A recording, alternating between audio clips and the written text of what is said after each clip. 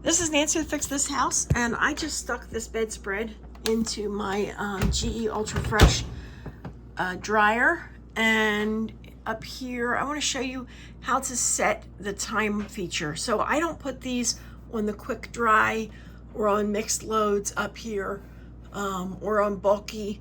I dry this with a timed dry. Usually it takes 20 to 30 minutes. So let's set this for 30 minutes.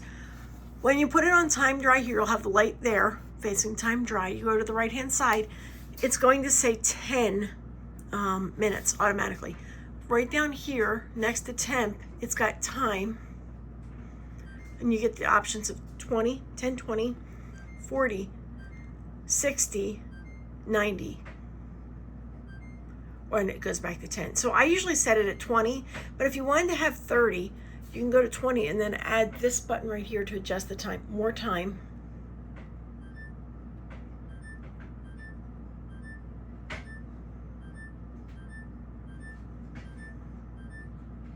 Oh, if you add too much, you can go to less time below it. And another way to do it is to actually set it to 40 and then go down. So if I have this stacked, so I'm actually standing on a step stool type thing, and you can go down here.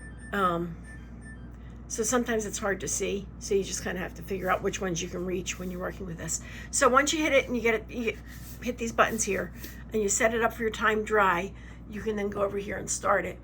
And I find that 20 to 30 minutes is usually sufficient for my dryer to dry a bedspread.